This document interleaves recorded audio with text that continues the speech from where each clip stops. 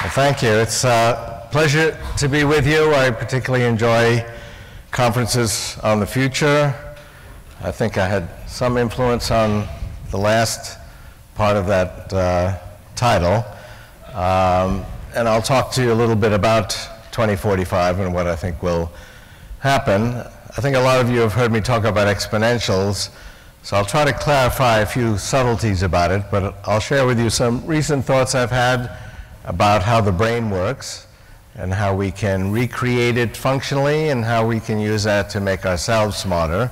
We're doing that already. I felt like part of my brain went on strike during that one-day SOPA strike. These brain extensions are making us smarter.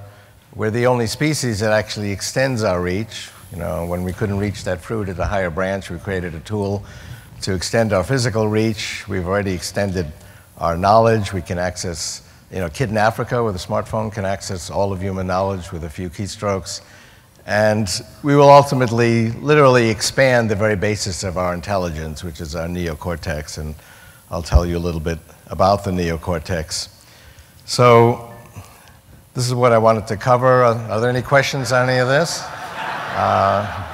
So I don't really have to present this. I think it's all pretty obvious, at least to this group. But let me just clarify a few things on exponentials. Many of you have seen this graph.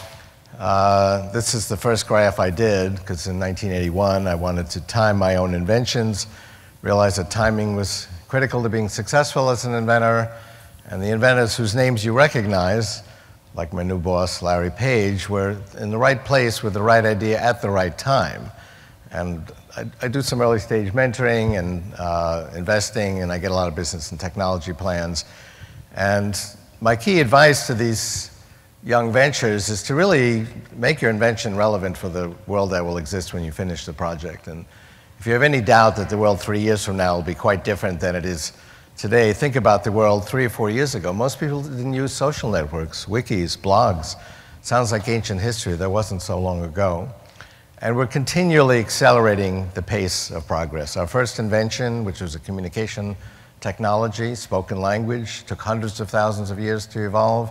We then noticed that stories were drifting from storyteller to storyteller, so we wanted a permanent record. We invented written language. That went a lot faster, only tens of thousands of years. We wanted more efficient ways of producing written language. The printing press took 400 years to reach a mass audience. The telephone reached a quarter of the American and European population in only 50 years. Cell phone did that in 7 years. As I mentioned, social networks, wikis, blogs took 3 years. We see now major changes in platforms and designs and communication and computation technologies in just 1 year's time. So I actually make a discipline. For example, I have an e-reader company. We write down all the technical parameters that affect our business, like display resolution, the price performance of telecommunications, mobile computing, and we write down what that'll be like 1 year from now, 2 years from now, 3 years from now. And even though I've been doing this for 30 years, I'm amazed that, wow, mobile computing will be that different in 2 years? You really have to go through the exercise. Because my thinking is still linear. I mean, we all have linear brains. That's why our brains evolved, was to predict the future, but the kind of challenges we had thousands of years ago were linear. You know, that animal we were tracking in the wild didn't speed up as it went along. And that's the primary difference between myself and my critics. They're looking at the world linearly. Halfway through the Genome Project, the critics were saying, I told you this wasn't going to work. Halfway through a 15-year project, you finished 1% of the project. 7.5 years, 1% is going to take 750 years. My response was, no, we're almost done, because 1% is only 7 doublings from 100%, and indeed it was done 7 years later. But in 1981, I began to examine this question, because I saw that the inventors who were successful were in the right place with the right idea at exactly the right time. And so I began to collect data. I didn't think I would find anything, but very surprisingly, I found that certain things are very predictable, and the predictable trajectory is exponential. And the things that this applies to are the fundamental measures of information technology. So technologies like all of health and medicine, which was not in information technology up until recently. Yes, we used computers to track the information, but basically it was hit or miss. Progressed linearly, and it was still pretty useful. Life expectancy was 37 200 years ago. But at any rate, I had this graph. This is price performance of computing, the amount of computation you can get for the same cost, calculations per second per constant dollar. And this is a logarithmic scale, so every label level is 100,000 times greater than the level below it, so we're adding powers of 10 to what we're measuring. So this represents trillions-fold increase even by 1981. And people say, oh, it's Moore's law. And a lot of people equate Moore's law with this exponential growth, which I call the law of accelerating returns. Moore's law is just one example of many of this phenomena. Moore's law had actually only been underway for 7 years when I did this. It has to do with shrinking the size of components on an integrated circuit. It was the fifth, not the first paradigm to bring exponential growth to computing, and it won't be the last. The sixth paradigm is already underway. If you speak to people like Justin Ratner, CTO of Intel, he'll show you the sixth paradigm already working in prototype form, self-organizing three-dimensional molecular circuits, and he predicts that'll take over in the teen years, well before we run out of steam with the fifth paradigm, which is Moore's law. But look at how smooth a trajectory that is. It's really pretty remarkable. So people sometimes ask, well, gee, if it's so inexorable, why don't we stop working so hard and we can all just sit and relax and kind of let it happen? And then it wouldn't happen. So what is predictable is human passion to create that next exponential leap. And my new boss, the first boss I've ever had, actually, likes to challenge people to do 10x projects, meaning make it 10 times better, not 10% better. And it is kind of a bold company on that basis. But that is the passion we have. We don't, if something's operating at 1 million, we don't try to make it 1,000,010. We try to make it 2 million. And the other major point is that this applies to many different phenomena. All of electronics is covered. I mean, you could buy one transistor for $1 in 1968. You can buy 10 billion today, and they're better because they're faster, because they're smaller. The cost of a transistor cycle has been coming down by half every year. That's a 50% deflation rate. But we actually outpace inflation in that we consume more than double every year. There's been 18% growth in every form of information technology in constant currency, despite the fact you can get twice as much of it each year for the same cost. And economists worry about deflation. We had massive deflation during the Great Depression, but we actually outpace it. In fact, this is actually the source of all economic growth, because if you look at all of the non-information technology industries, they're shrinking. So this is bits shipped of memory. I have 50 consumption graphs like this, and we more than double our consumption each year. And the reason for that is innovation is enabled by this increasing price performance. I mean, why weren't there social networks 8 years ago? Was it because Mark Zuckerberg was still in junior high school? No, it was, people tried, and they found that they couldn't allow their users to download a picture. It just wasn't cost effective till about 3 or 4 years ago. Search engines weren't effective until the late 90s. I wrote in the 80s in my first book, Age of Intelligent Machines, that the internet, which was then called the ARPANET, would grow into this World Wide Web with a massive amount of information, and we would need search engines to be able to find the information, and those would become effective because we would have the computational and communication resources needed by the late 90s. What you could not predict is that it'd be these couple of kids in the Stanford dorm with a late-night dorm room challenge that would take over the world of search. They had a good idea. They had it at exactly the right time. Maybe that was accidental, but it was a bit of bravado that, well, their idea was, how do we know that a scientific paper is important? Well, Einstein's paper on special relativity has been referenced by other papers millions of times, so we can therefore say it's an important paper. So why don't we do the same with websites, and we can rank websites based on how many other websites link to it. And we can actually assess the quality of those links by how many websites link to those sites, and so on. the same method we use in evaluating scientific papers. But then you would have to reverse all the links on the internet. And Larry Page said, I can do that on my notebook computer. And that seemed kind of incredible, but they did it in a very short period of time, and they created a search engine with that rank algorithm. It's called the page rank algorithm. There's some controversy as to whether it has to do with web pages or Larry Page. But it spread down the hallway, spread through the whole dorm, spread to Stanford, spread to other colleges, and I think it spread a little bit beyond that. But they were in the right place at the right time, and you couldn't predict that project, because there were probably 50 projects to develop a search engine around that time, that would be the one that prevailed. So not everything is predictable, but the fact that the cost performance to provide search engines and that the need was there, you could predict, and I did predict that in the age of intelligent machines. Time magazine ran this cover story with, they wanted a particular computer on the graph that they had covered, and it's right on the curve. And this is a curve I laid out 30 years ago, in 1981, and I've laid it out to 2045. And at which point, based on conservative estimates of the amount of computation we need to functionally simulate a human brain, we'll be able to expand the scope of our intelligence a billion-fold, and that's so unfathomable that we borrow this metaphor from physics. And the metaphor is not infinity, because actually exponentials don't reach infinity. It may seem infinite by our current perspectives, but it still stays finite. The metaphor is the event horizon around a singularity. In fact, in physics, in theory, the point in a black hole is infinite, but actually quantum mechanics doesn't allow an infinite value of mass or energy or gravity.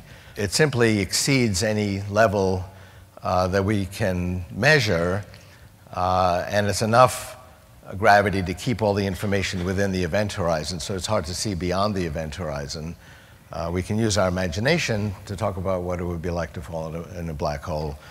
And similarly, we borrow that metaphor, and we can use our imagination to talk about what it'll be like past the singularity, but it's hard to see beyond that event horizon. Communication technology, that's the number of bits we move around wirelessly, Morse code over AM radio a century ago, 4G networks today. It's a logarithmic graph that represents, again, trillions-fold increase, but notice how predictable a trajectory that is. Internet data traffic. I had these first few points of the internet, the number of hosts in the early 80s, called the ARPANET, and predicted this World Wide Web by the late 90s. The graph on the right is the same data on a linear scale, and that's how we actually experience it. So to the casual observer, it looked like, whoa, World Wide Web, new thing, came out of nowhere. But you could see it coming. And biology is we could talk a lot about that, and there's a lot of discussion about the future of biology here. I think a key point to understand is that there's a grand transformation, whereas biology, health, and medicine was not an information technology. Drug development was called drug discovery. We'd basically just systematically go through 10,000 compounds and try them all out and see, okay, which one lowers blood pressure, which one kills HIV. We couldn't actually design these tools. We now actually understand biology as the software it really represents. We have 23,000 little software programs inside us, and they evolved thousands of years ago when conditions were very different. So many of you have heard me talk about the FERCO project, fat insulin receptor gene knockout, where they turned off the fat insulin receptor gene in animals at the Joslin Diabetes Center. And so these animals then could eat a lot, but remain slim, because it knocked out the gene that causes calories to keep being accumulated by your fat cells. And these animals actually got the benefit of caloric restriction. They lived 20% longer, while actually not restricting their calories. You heard from Martine Rothblatt.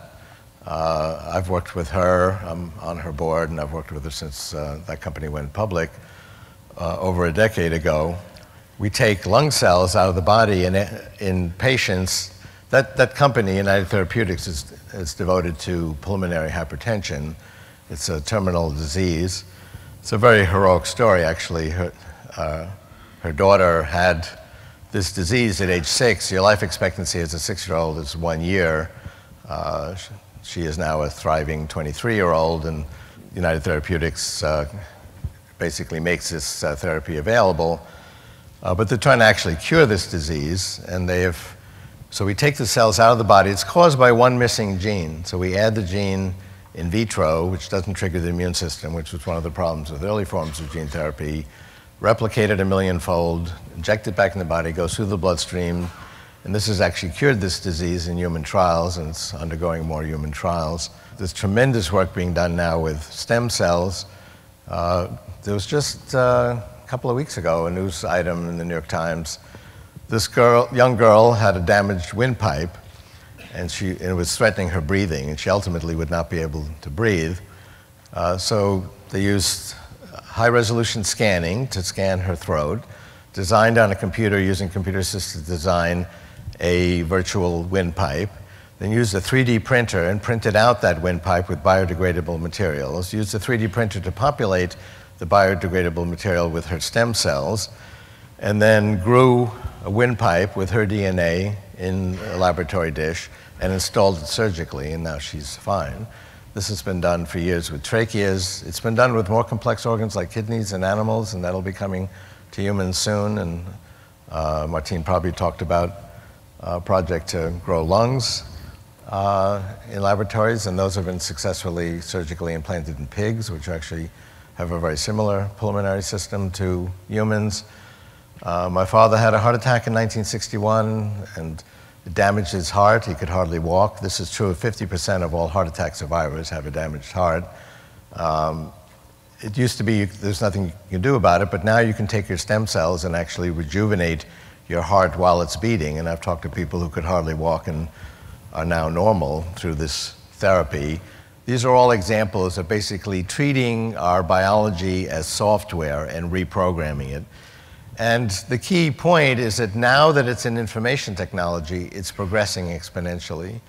I mentioned that the Genome Project itself, which is the enabling factor for this revolution, was exponential, and that has continued. That first genome, even though it's sped up, cost $1 billion. You can now get a genome done for a few $1,000s. Every other aspect of biology has expanded, basically doubling in power every year. So these technologies are now 1,000 times more powerful than they were when the Genome Project was completed a decade ago. And these therapies are now coming into clinical practice.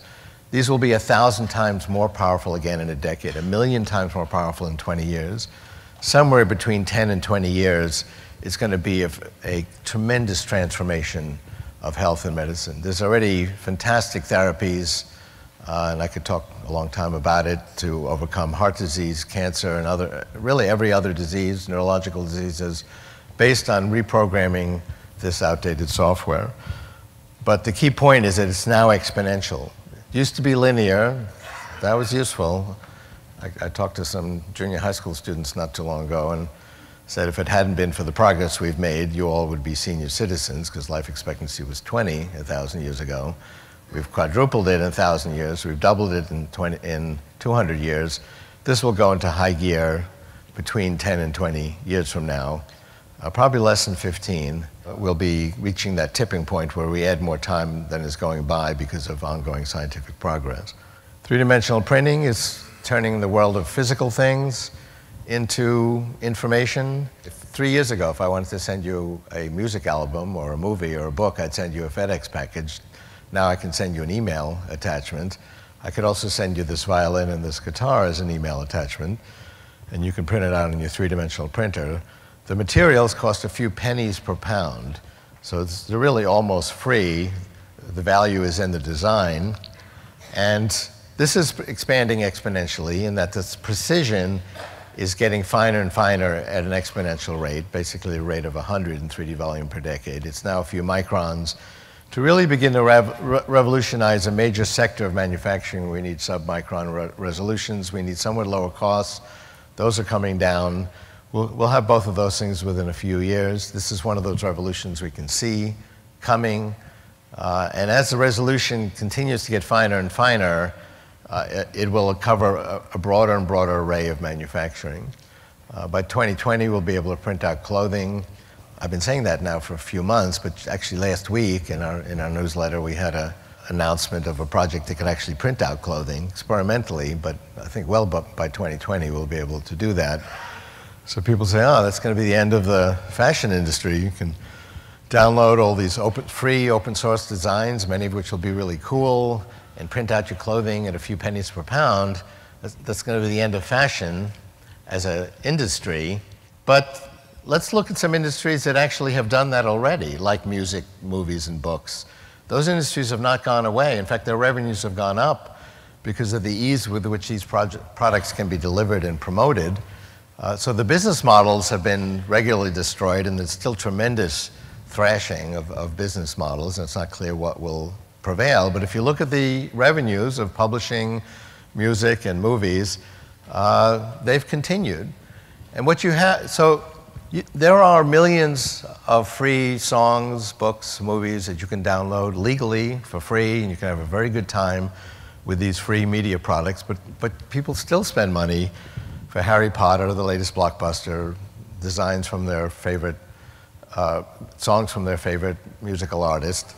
And you have this coexistence of an open source market, which actually provides high quality products. It's a great leveler and really provides it to anyone regardless of their ability. And you have this coexistence of the proprietary market. And the proprietary markets actually continue to thrive. Education, there's a major revolution coming there. You've got hundreds of thousands of kids now in Africa taking courses from MIT, Stanford, Carnegie Mellon, Oxford for free. And so people say, oh, well, okay, it's interesting, but there's only a few subjects available. It's only in English, and it's only college and graduate level. But they said the same thing about ebooks 5 years ago. And that's when I started my ebook company. And ebooks were kind of a fringe thing. Yeah, maybe if you go to the beach, you don't want to carry a print book, but people really like paper books, and most material's not available, and the reading experience isn't very good. Well, all those things were overcome, and the significant majority of books now are ebooks, and the same thing is going to happen with education, and it's going to happen with physical products. We're already getting to the point where we can print out electronics, already a wide range of materials, plastic, ceramic, glass, metal. This ring I have is a simple example, but you can print out very complex items. This will revolutionize the world of physical things and make it an information technology. So let me talk about thinking, because I've been thinking about thinking for 50 years. I wrote a paper actually 50 years ago when I started when I was 14 and finished when I was 15, and it described how the brain worked, and I really did it based on my observation of brains and what they could do. And I described it, the brain is basically a very powerful pattern recognizer, or actually a set of pattern recognizers. We have a lot of modules, each of which can recognize a pattern. And that's the strength of human intelligence. Even back then, which was 1962, 1963, computers were better than humans at doing logical thinking. But we had a great depth of pattern recognition. And I described how we did everything, including composing music, for example, as a pattern recognition exercise. And these little modules are organized in hierarchies. So we recognize simple patterns, and then those are inputs to higher level pattern recognizers, and we have an elaborate hierarchy. And we build that hierarchy with our own thinking. That's what this paper said 50 years ago. And I wrote a program based on the principles that I described to find those patterns in musical melodies and then write original music using the same patterns, but they were original songs, so I fed in Mozart and Chopin, and then it would write music. It sounded like a student of those composers, and that's how I got to meet President Johnson, and actually took that program on I've Got a Secret, which I think is before most of your time, but maybe a few of you remember it. And I've been thinking about this and working in the field of trying to emulate human intelligence, artificial intelligence, for the last 50 years. And about a year ago, it became apparent to me that we were getting the information to actually confirm these theories. And so this book actually says the same thing that my paper said 50 years ago, except now we have the neurological evidence. These are logarithmic graphs. These are different types of brain scanning, invasive, non-invasive, non-destructive. We can actually see now in a living human brain with enough precision to see individual interneuronal connections being formed, see them firing in real time, and we can see your brain create your thoughts.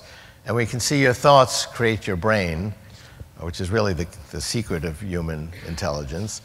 A lot of interesting research came out just as I was sending the book off. And 5 times I'd promised the publisher I was going to send it, day after tomorrow. And then some new dramatic research would come out, and I said, no, I've got to cover this. And he said, we're going to miss the Christmas season. You got to get me this book. But one of those pieces of research was, okay, you've all heard of plasticity and that we create the connections in our brain as a result of our thinking. But there are units of about 100 neurons where there's no plasticity. The connection pattern is fixed for life, and there's no changes within that group of 100 neurons in the neocortex. And that sort of cell structure of 100 neurons is repeated, and it's about 300 million times. So we have 300 million of these modules. The connections between the modules, there's complete plasticity. That we create with our own thinking. So these modules are the key unit. It's one of the problems I've had with neural net technology, in that it bases the key unit on a mathematical model of a neuron, and then it has all the connections being formed and the weights being computed based on feedback from performance of every connection between every neuron. But actually, you have a more complex entity that is able to recognize a pattern, and that's fixed, and that we're born with. It's the connection between these more complex units that is based on our own thinking. And I described the algorithm that takes place within the unit. It's basically looks like a hidden Markov model, and it can recognize a pattern with a certain amount of flexibility. And the hierarchy basically looks like a hierarchical hidden Markov model, which is a technology I helped pioneer in the 80s and 90s.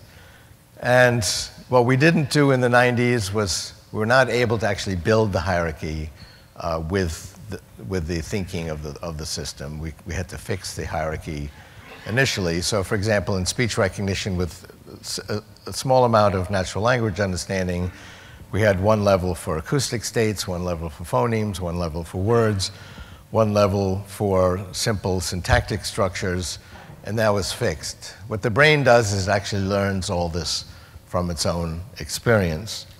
And I'll show you how this works and talk about some of the implications of the ongoing law of accelerating returns on AI and then on our own thinking. But let me first tell you the story of the neocortex, which goes back 200 million years ago.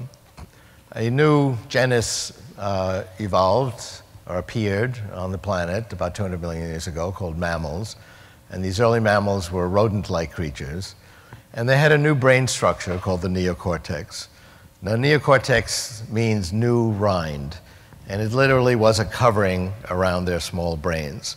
They had walnut-sized brains. The neocortex was the size of a postage stamp.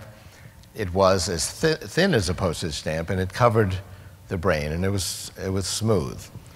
But it provided a new form of thinking that animals without a neocortex didn't have. It had this hierarchical structure, and they could change the hierarchy on the fly, and the patterns that were recognized at each level had some flexibility, so they could recognize a pattern even if it was a little different. Part of it was occluded.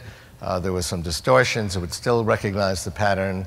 Their skills are also organized in the neocortex in this hierarchical fashion, so they'd have certain strategies for how to evade a predator, for example, or how to find food. But if that didn't work, they could experiment and try different patterns, and if one worked, they could then reinforce that inside their brains. Animals without a neocortex couldn't do any of those things. They had fixed behaviors, which did not change very easily.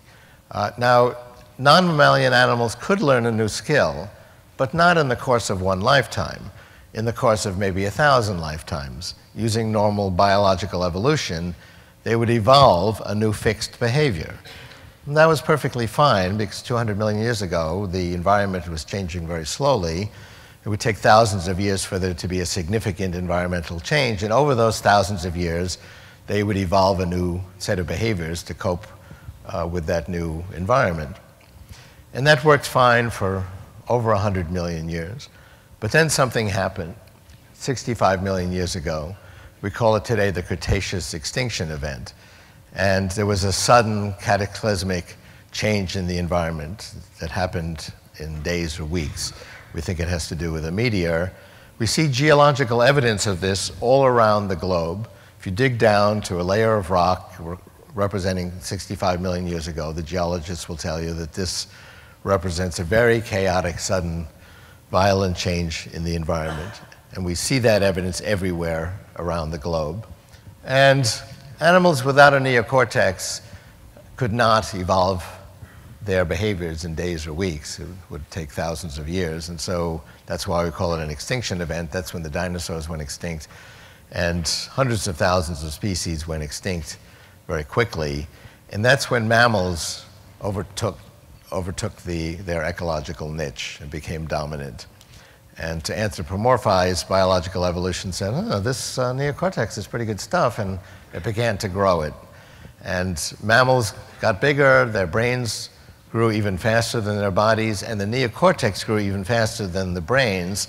So if you look at that image there, you'll recognize these convolutions and fissures in a human brain. That's basically to give it more surface area. So in a primate brain, you see a little bit of it in cats and dogs. There's some beginning of these convolutions. A primate brain is very convoluted. So it's still a thin structure. If you took the human neocortex and stretched it out, it would be a flat structure, be about the size of a table napkin. It'd be about as thin as a table napkin. But because these convolutions and ridges are so profound, it's actually now 80% of the weight of the brain. And it's where we do our thinking. And we still have that old brain. That's the other 20% of the weight. It's actually more than 20%. The old brain's more than 20% of the neurons, the cerebellum, which used to be responsible for a lot of our behavior, but a lot of that's been taken over by the neocortex. Has a larger number of neurons, but they're very small neurons. But the neocortex is where we do our thinking. So we have the amygdala, which is programmed to put out a whole set of cascade of hormones and so on. If it gets a signal that there's something to be afraid of, if there's some danger, it has an ancient program of putting out different hormones to prepare us for flight or fight. But our amygdala no longer can make the decision as to what to be afraid of. So your boss enters the room, and whether that triggers laughter or fear, that's up to the neocortex. The old brain has these provides our basic drives for sexual conquest, for aggression, but that can be sublimated by the neocortex into writing a poem, or writing a computer program, or writing a book, or organizing a conference on the future. So our neocortex is the great sublimator, and it's where we do our thinking. And I'll show you how it's organized and talk about, and then link that to the law of accelerating returns. Well, I'll show you this. One of the interesting pieces of research. The connections between one module and another, the connection pattern is actually already there, but it's not connected. It's really like the streets and avenues here in Manhattan. There's a cross network between all of these modules. And so if the neocortex decides, okay, the output of this pattern should feed into this pattern recognizer because there's a higher level pattern, we got to connect these two, it will find a street and an avenue that connect these, and then make a final connection between those axons. So this network, two-dimensional axon network, is already there. We actually have twice as many of them when we're born as we do as adults. So half of them actually die out because they're never used. These are basically connections in waiting. And another interesting piece of research has to do with the complete interchangeability of the neocortex. Now, you might think that the frontal cortex, which is associated with higher level thinking like irony and beauty and love and humor, that's the structures in there and the algorithms must be much more complex than the ones that recognize the edge of this stage or the crossbar in a capital A. They're actually completely the same. The difference is where they stand in the hierarchy. And a very dramatic piece of research that came out, that was the last time I held up the book for the publisher, was what happens to V1, which is an area it's where the optic nerve spills into, and it's generally associated with the very first stage of processing of visual images, very low-level primitive features of visual images, like the edges of objects in the crossbar to capital A. What happens to it in a congenitally blind person? It's not getting any visual images. Does it just sit there? Well, maybe we're going to get visual images someday, so we better be ready. Or does it do something else? It actually gets harnessed by the frontal cortex to help it with the very high-level features in language, like humor and irony. Really at the opposite extreme of the continuum of complexity of features, showing this complete interchangeability. That V1, which has generally been associated as being a very primitive part of the neocortex, can actually do the same things that the frontal cortex does in dealing with these high-level features. And we also know in strokes that if one area gets knocked out, let's say the fusiform gyrus gets knocked out, which generally, if the flow of information operates, quote, normally, that'll recognize faces. If you suddenly have a stroke or an injury that knocks out the fusiform gyrus, then these people can't recognize faces. But they learn that again by basically relearning it in another area of the neocortex. The physical similarity of the neocortex was actually noticed when I first wrote that paper 50 years ago by a neuroscientist, Vernon Mountcastle. He examined just visually in autopsies all the different regions of the neocortex, and he saw that it all looked the same. It was the same arrangement of neurons, the same connection patterns, and he said neocortex is neocortex because it was all the same. And we can actually now see that in neuroscience research that shows there's complete interchangeability of different areas of the neocortex. Now, what happened in humans, I mean, the Cretaceous, the one significant event was the emergence of mammals and the emergence of the neocortex on Earth. The Cretaceous extinction event, which then led to the dominance of mammals and then to the very rapid evolution of mammalian brains and the growth of the neocortex. And then something else significant happened. Humanoids came along. And we have this big forehead. If you look at other primates, they have a slanted brow. They don't have this big forehead. They don't have the frontal cortex. And that's basically a greater quantity of neocortex. As I mentioned, it's not qualitatively different. But other animals have enough neocortex that basically provide for problem solving, for the basic challenges of being that animal. We now had an extra amount where we could basically cope with our biological needs, but we now had an additional quantity. And that additional quantity was the primary enabling factor for us to develop language and art and science and technology and conferences. And no other species has done that. We don't know of conferences on the future held by any other species. Or by an evolutionary process of tool making. Yes, we notice that chimpanzees can sharpen a stick and use that as a tool to forage for food. But it's not advanced enough for them to create the next generation of tools using those tools. We had basically went beyond that threshold where we could create this whole evolutionary process of tool making. And we could create language, and then we could create structures with language, and we build one layer of knowledge upon another. Only humans do that. Only humans have art and science and technology. And basically this additional quantity of neocortex was the enabling factor for that. So how it works is we have 300 million of these little pattern recognizers, and they're organized in hierarchies. So to give you a very simple example, by the way, there's a lot of redundancy. So we have more than one module that recognizes important patterns, like the crossbar to a capital A. We actually start out with a very large number, and we prune it back in order to free up more neocortex to learn new things. But I've got probably hundreds of little modules that recognize the crossbar to a capital A, and that's all it cares about. You know, a beautiful song could play, a pretty girl could walk by, it doesn't care. But it sees a crossbar to a capital A, it gets very excited.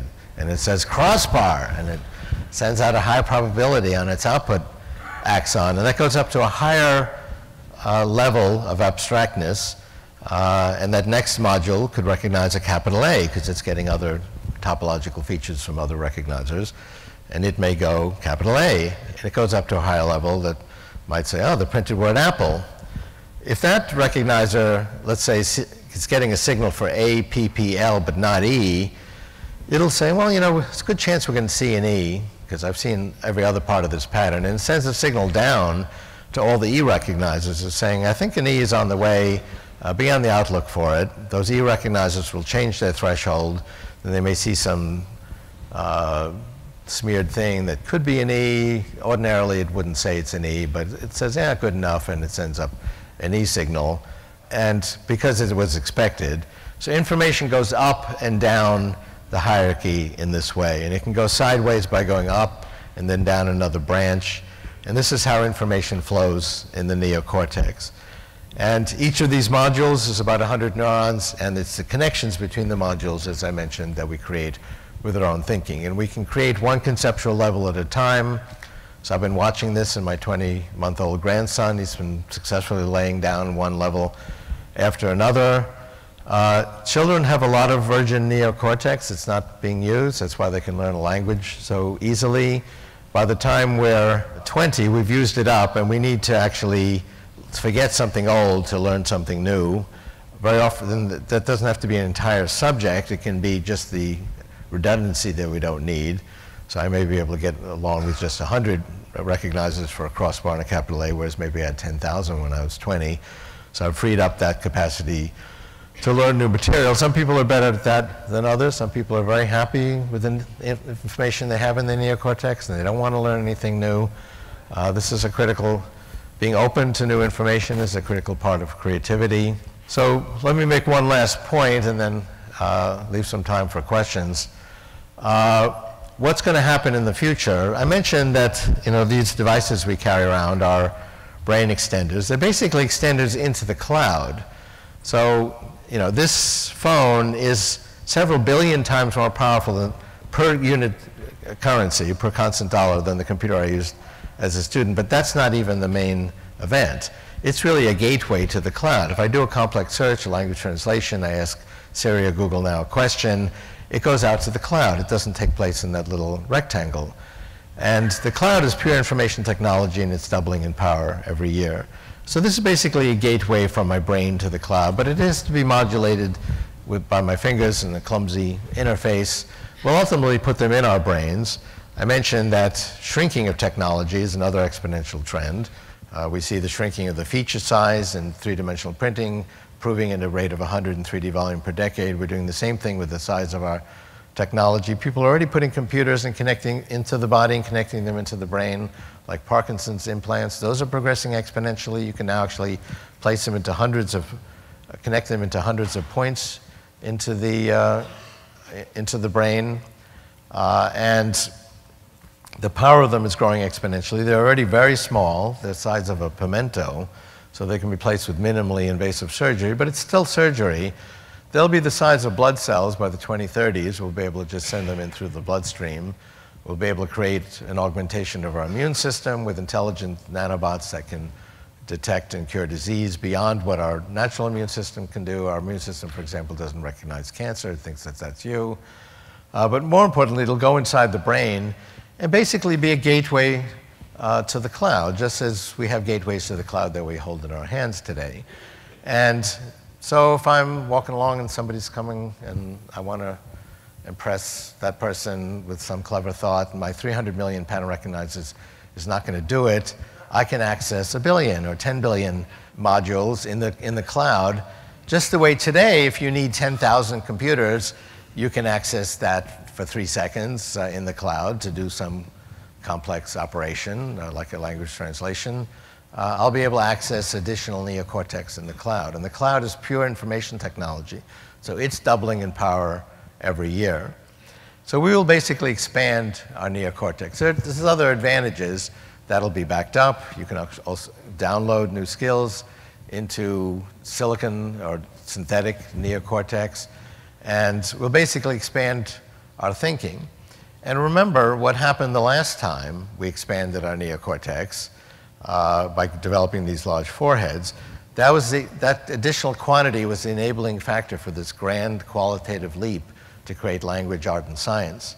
And so what's going to happen the next time?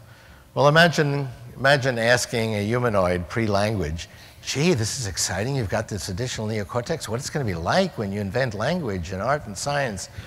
And of course, he wouldn't be able to answer the question. We can actually understand the question now, and we can answer it at least by analogy, but we'll be able to make a grand qualitative leap as we expand our neocortex. And concluding comment, that's what I'm doing at Google. I gave a copy of this book to Larry Page in July, and he asked me to join Google and basically create a synthetic neocortex based on the ideas in the book and use it to understand natural language so that we can have the Google computers do search not just based on words. It's remarkable how well that works, but it doesn't really understand concepts. All the pages that it examines, all the billions of web pages and billions of book pages, it's looking for sequences of words and word patterns, but it's not actually understanding the semantic content. So we're developing technology that can actually understand the content of all that material. A good example of that is IBM's Watson. Got a higher score than the best two human players put together. It answered, for example, this query, a long, tiresome speech delivered by a frothy pie topping in the rhyme category, and correctly responded, what is a meringue harangue? It got its information by reading Wikipedia. It was not programmed fact by the engineers. It read 200 million pages of natural language documents, and it doesn't understand those pages as well as you or I. It might read one page and say, oh, there's a 56% chance that Barack Obama's president. You could read that page, and if you didn't happen to know that ahead of time, could conclude that there's a 98% chance that Obama's president. So you did a better job of reading that page. But Watson has read more pages, a lot more, 200 million pages, all of Wikipedia and many other natural language encyclopedias and extensive databases of natural language text, and understood it well enough, and it has a good Bayesian reasoning system to reason across, let's say, the 100,000 pages that deal with Barack Obama's presidency and conclude that overall there's a 99.99% chance that Barack Obama's president. And it did better than the best two human players on a very broad task. So that's the task, that's what we're trying to create. We've got some ideas how to go beyond Watson, extend it beyond 200 million pages to the 10 billion pages on the web and the 10 billion pages in all the books in the world, and actually understand all of that.